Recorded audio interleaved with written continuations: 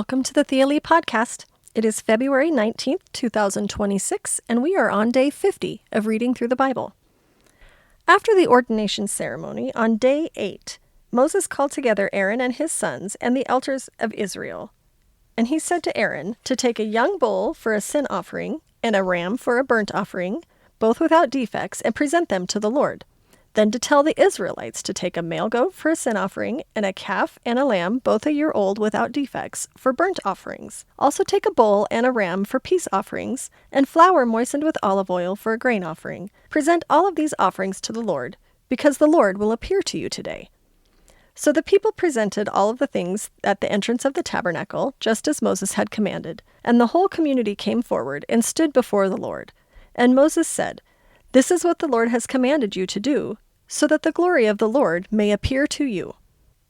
So Aaron does all of these sacrifices for both himself, his sons, and the community. And after that, Aaron raised his hands towards the people and blessed them.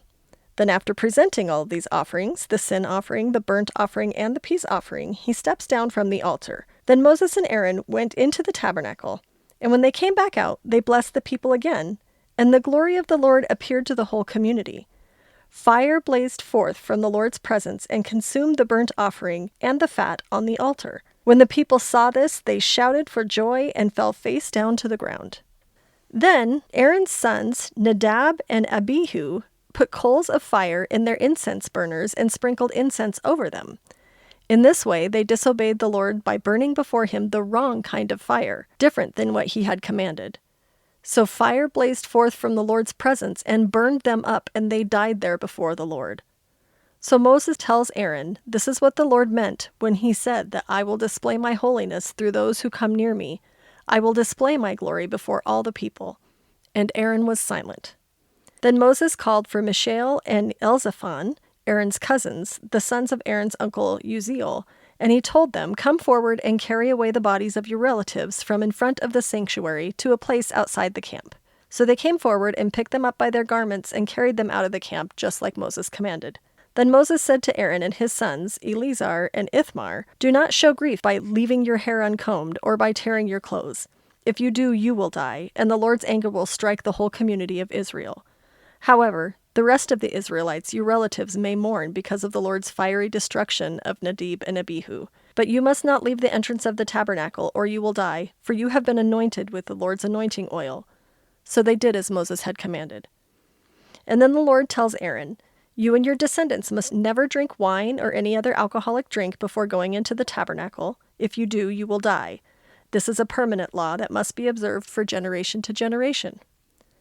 You must distinguish between what is sacred and common, between what is ceremonially unclean and what is clean, and you must teach the Israelites all the decrees that the Lord has given them through Moses." So Moses tells Aaron and his remaining sons, Eleazar and Ithamar, to take what is left of the grain offering after a portion has been presented as a special gift to the Lord and eat it beside the altar. Make sure that it contains no yeast, for it is most holy. You must eat it in a sacred place, for it has been given to you and your descendants as your portion of the special gifts presented to the Lord. These are the commands that he has been given. But the breast and thigh that were lifted up as a special offering may be eaten in a place that is ceremonially clean. These parts have been given to you and your descendants as your portion of the peace offering presented by the people of Israel.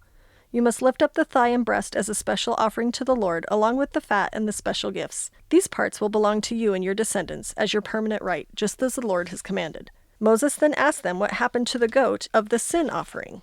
When he discovered that it had been burned up, he became very angry with Eleazar and Ithamar, Aaron's remaining sons, and wanted to know why they didn't eat the sin offering in the sacred area. "It's a holy offering. The Lord has given it to you to remove the guilt of the community and to purify the people, making them right with the Lord. Since the animal's blood was not brought into the holy place, you should have eaten the meat in the sacred place, in the sacred area where I ordered you." But then Aaron answered Moses, "Today my sons presented both their sin offering and their burnt offering to the Lord, and yet this tragedy has happened to me. If I had eaten the people's sin offering on such a tragic day as this, would the Lord have been pleased?" So then Moses heard this and was satisfied. Then the Lord told Moses and Aaron to give the following instructions to the people of Israel. "Of all the land animals, these are the ones that you may use for food. You may eat any animal that has completely split hooves and chews cud. You may not eat the animals that have split hooves or that chew the cud, but not both. And then of the marine animals, you may eat anything from the water that has both fins and scales, whether it's from salt water or from the streams. But if the animal does not have both fins and scales, you may not eat it. And then you must not eat winged insects that walk along the ground, for they are detestable to you. You may, however, eat winged insects that walk along the ground that have jointed legs so they can jump. So the insects that are permitted to eat include all kinds of locusts, bald locusts, crickets, and grasshoppers. But all other winged insects that walk along the ground are detestable to you. And then these are the birds that are detestable to you. Never eat them.